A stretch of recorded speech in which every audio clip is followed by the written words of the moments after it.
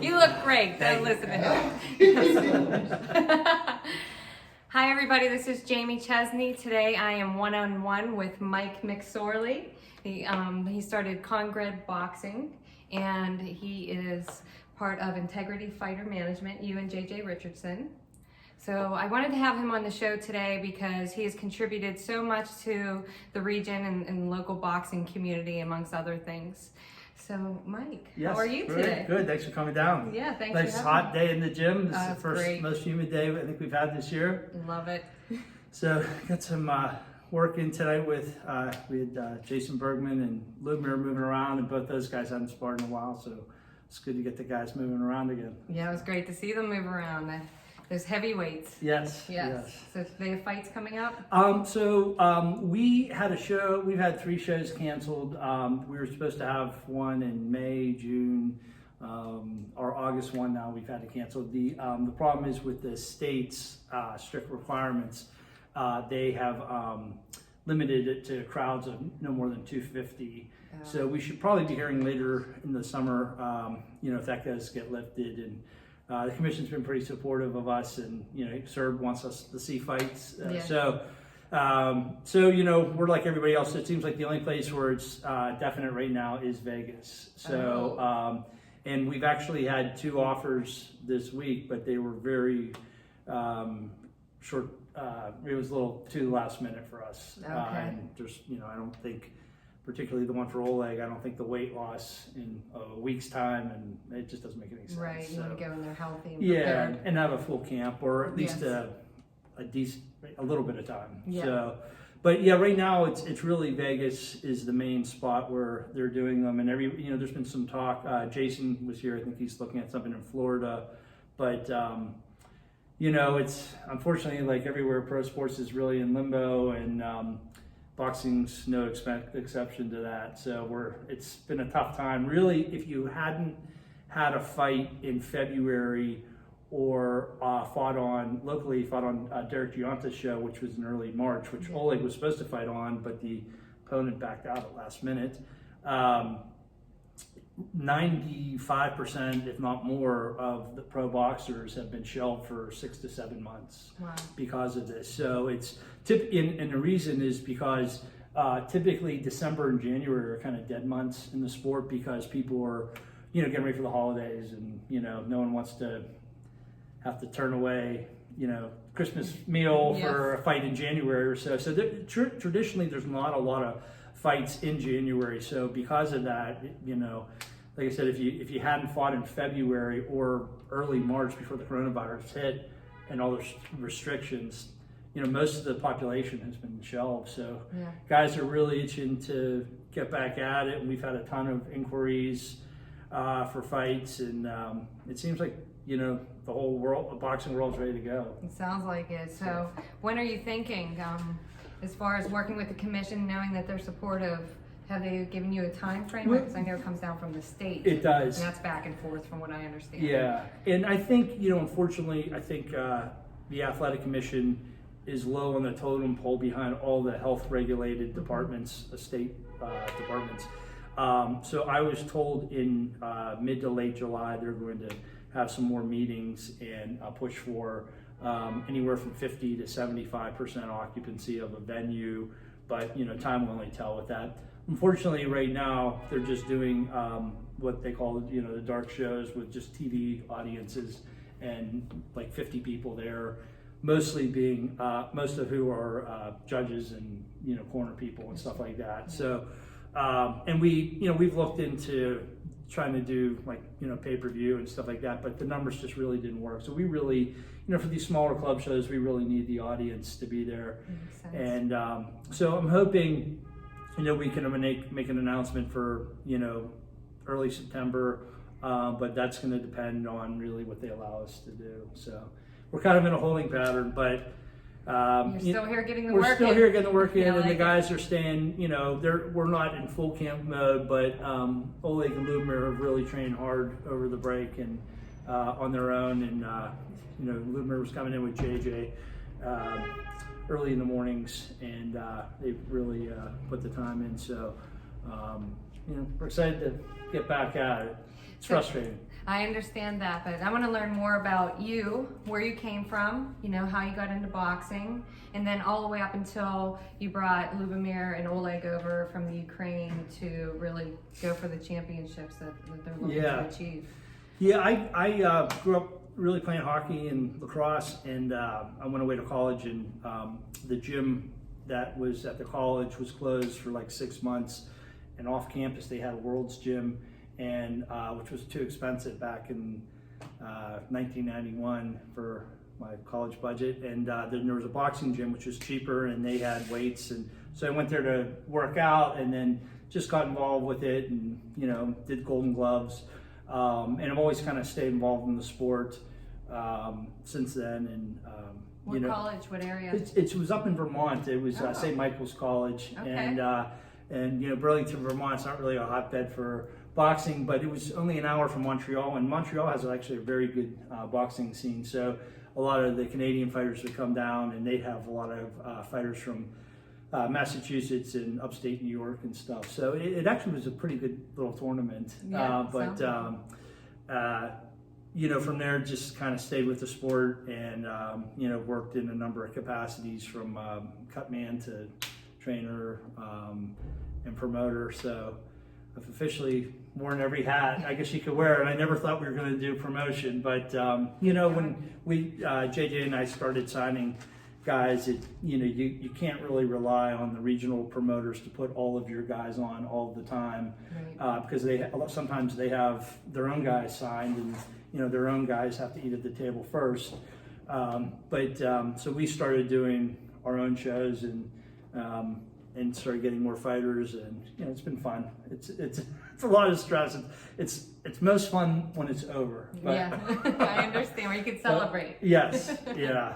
So that's really how, and I've always loved the sport, and always stayed involved, and fortunately, we have a good team, some great fighters, and have a great partner in JJ, who's also been involved in boxing and also loves the sport. And we've had the opportunity to work with some great guys from Reiko is a good friend, and he's fought, Reiko. Yeah, he's fought all over, and we've toured with him, fights all over, and Sammy Vasquez, of course, as well too. And and now we've a nice little stable of our own guys with the Ukrainians, and guys like Johnny Spell, Kel Smith.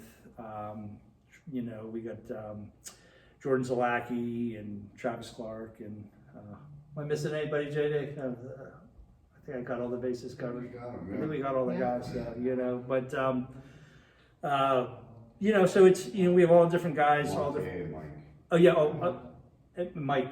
Mike Manna. Oh yeah, well Mike Manna too. I was just saying Mike's recently retired, but then we also have a Monty Eberhard who's had a long break, but we're real excited for him to come back. He's 9-0 and really exciting fighter too. So yeah, so we're excited for him to get back at it.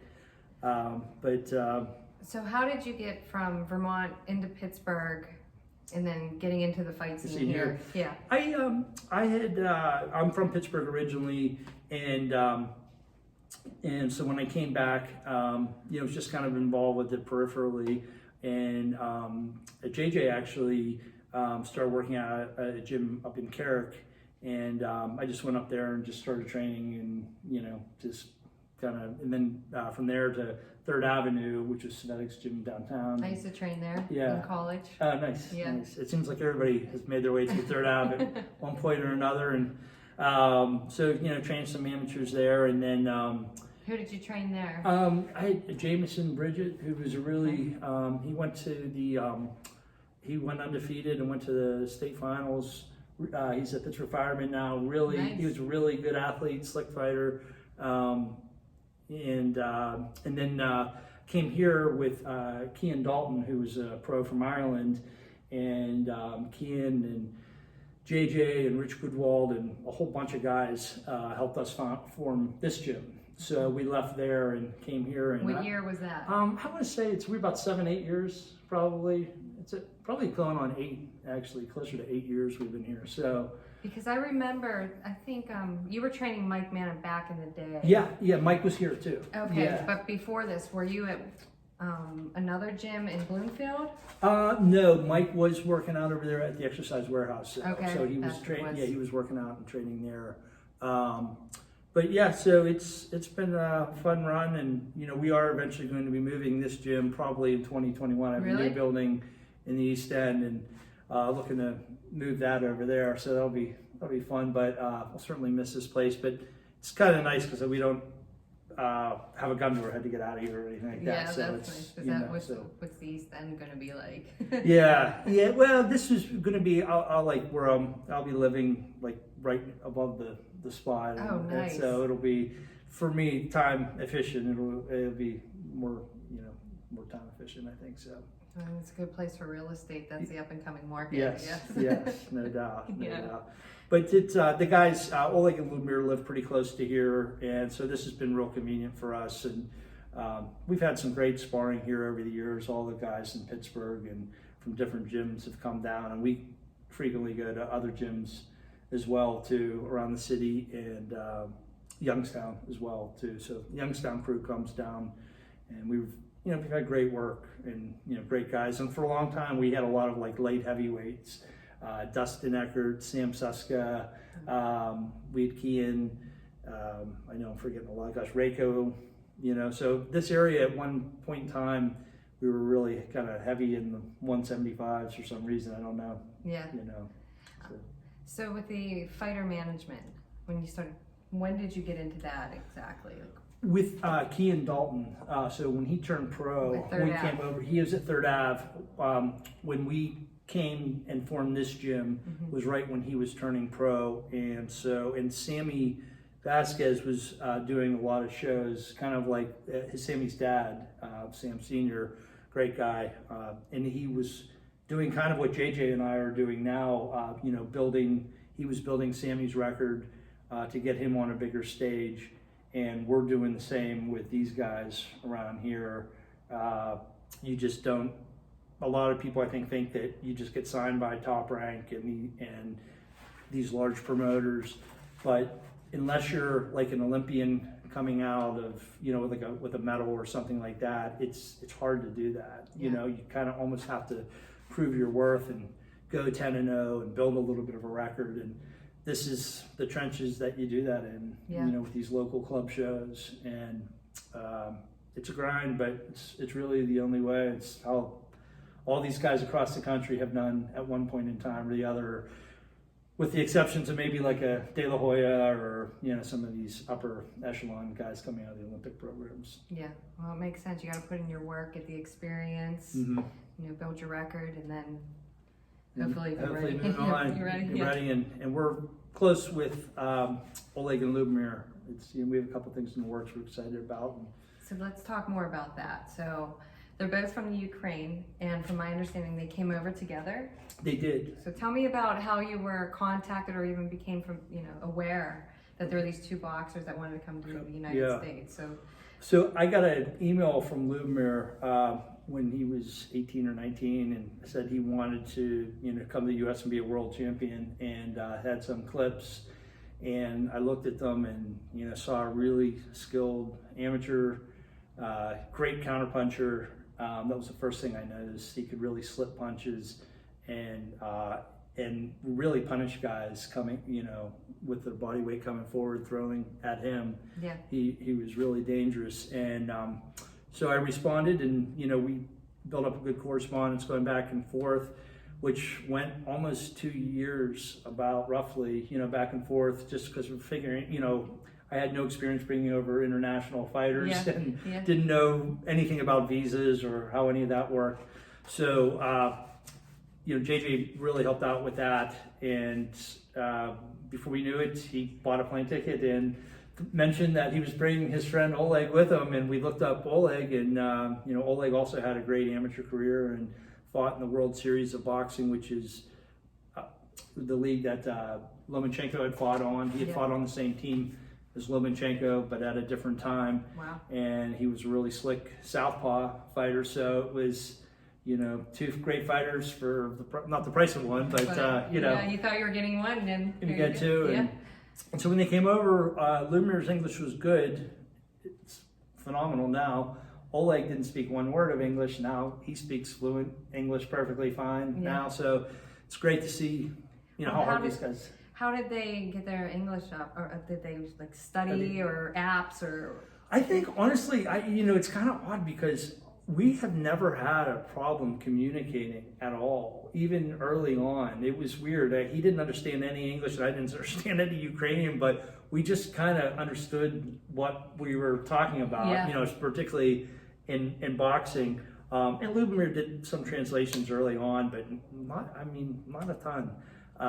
And I think, they watched a lot of TV. I think Friends was one of the shows they liked a lot, and that's called basic now. Basic, yeah. So, you're gonna tell them they're too basic. Yeah, but I think just when you're thrown into a culture where everybody speaks the language and it's on the news, you do pick it up a little bit faster. Yeah. So that's so impressive. So I'm really proud of both of them, and they work really hard and full-time jobs, and then come here afterwards. So did you help them find a job and a place and get situated when Yes. they came over? So tell me more about that. So I'm in, my day job is in property management, and so we had property nearby, and it's just a short walk from the gym, really, right in the Bloomfield area, which is great, East End neighborhood here. And I had a friend, Rostelmak, who helped us, or he does some contracting work, and he had a friend who had a need.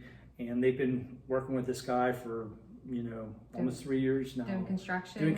Nice. Plumbing, and all kinds of stuff. So they've learned a lot about a lot of different. And this guy's kind of a jack of all trades. He does a lot of different stuff. A lot on the plumbing side. So they've learned a lot, and good money too. Yeah. So it's been. They say nothing worthwhile comes easy. So they've definitely put their time in, and we're just excited to move to the next level here. What are their records right now? Lyubomyr is 12-1-1, and it was 8 knockouts or 9 knockouts? 8 or 9 knockouts. And Oleh is 10-0 and has, I believe, 3 knockouts. Wow. And they've both been in, with pretty tough competition. Last year, Lyubomyr fought 6 times, so roughly a fight every 2 months. And that's a good year. 2 undefeated guys he faced out of town, or one was here, one was out of town. But they would fight once a month if the opportunity was there. And I know you were working on something like that, putting shows together maybe once every couple months. We were trying to. Yeah. The venue, unfortunately, it didn't work out. Some of these venues, they just are tight on capacity, and we understand that. And you have to sell tickets to make it worthwhile. So Exactly. I understand that. So Exactly. where's this next venue going to be? We have one on the south side at the Sokol Club, which Sam Suska has done some great charity shows for a friend of his. But it's with the seating capacity requirements that the state is now mandating, and that venue is not going to work. We hope to come back there because it's great location right off East Carson Street. But we're going to probably need to get a bigger venue, and we're looking at some outside opportunities and some larger indoor ones, because if we have to do 50%, we're going to need to have something a little bit larger and so you can sell more spacious tickets. and stuff. Yeah, we were worried that some people would want to come back, the crowds would come back because of all this, but we think that just from the people that have reached out and emails, and it seems like people are itching to get out and do something. So I don't think it will, maybe some of our parents and some of our older folks that usually come, they may hold off a little bit, but I think by and large, everybody's ready to go and come out. Absolutely, I agree. So for an up-and-coming boxer, somebody who wants to get into the boxing game, what advice do you have for them? I would say just to stay positive and resilient, because it's never going to go the way they expect it to go, and it's you're going to have a lot of disappointments, and every guy on the top level, every guy coming up has suffered setbacks, and just push forward. And I think, you have to know when the time to step up and take the right tougher fights would be, just because if you keep padding a record or you don't really test yourself, these promoters aren't going to consider you as anything but an opponent to be brought in to lose. And they want to see guys that have tested themselves and stepped up. And I think that's the same approach you would take in the amateurs too. In the amateurs, it's more made for you because of open level and sub-novice and novice. So typically you're in against guys that have similar amounts of fights as you, unless it's an open and you have like 9 and the other guy has 70, and it can be a little bit more of a mismatch. But even in situations like that, you kind of look to see when the right time to step up is and test yourself. So, and I think, the other thing I would suggest too is being loyal to a coach. I see, there's a lot of guys that, go to this gym for that, go to that gym for this. And I think if you bounce around a little bit too much, sometimes you can miss some structure in a game plan. And if you have too many spoons in the soup, it doesn't always work out. It makes a lot of sense. Yeah. So you're thinking September? Thinking September. We're hoping September. We wish it was sooner. Everybody's frustrated, but everybody's in the same boat, and you're still training though. We're still training, guys are still staying ready, because if you stay ready, you don't have to get ready, as they say. But on the flip side, we're not going totally gangbusters with the sparring and stuff without knowing when the date is. Got to keep your health up. You got to keep your health up, and risk. and spar like these guys spar today. You have to do every once in a while just to kind of stay sharp, but you don't have to do the weekly or bi-weekly sparring that you would in a camp. Right. Because then you're just taking punishment for no reason. Exactly. Yeah, we don't want that. Nobody wants that. Yeah. I mean, unless you think it's fun, like some of us, we don't know. I don't know anything about that. Some do. But, so where can people follow you to find out when the next fights are coming up? Yeah, on our Facebook page, Okay. Integrity Fighter Management, or Congrab Boxing Club page. We usually post on both of those. A lot of the fighters in the area that would be on these cards, they would have the posters and information for these fights coming up. And it's an exciting time, I think, in Pittsburgh for boxing. There's a lot of pros, a lot of guys, coming up and building records, a lot of talent. Derek Gianta's done a great job. He's got a lot of fighters, and he's starting to do shows too, which is great. Sam Suska and Matt Lashock just opened a nice gym over in the South Side. I was talking to Sam today, and they've really that gym's looking really good, and they have some good fighters coming up out of there. And then you have, certainly USS Fight Academy is going to have some world champions, I think, in the future. They have a great young stable of young fighters, and these kids are going all over the country for tournaments. Getting experience, bringing it back home. Yeah, I could just go on and on. There's so many good things going on, and I think it's a good time for Pittsburgh boxing.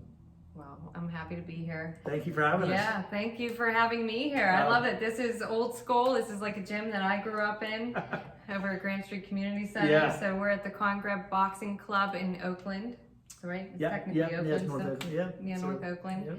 So come check it out. Make sure that you follow the pages, Congrab Boxing, Integrity Fighter Management, and make sure you're there. Buy tickets for the next show. Thank you. Thanks. Pleasure.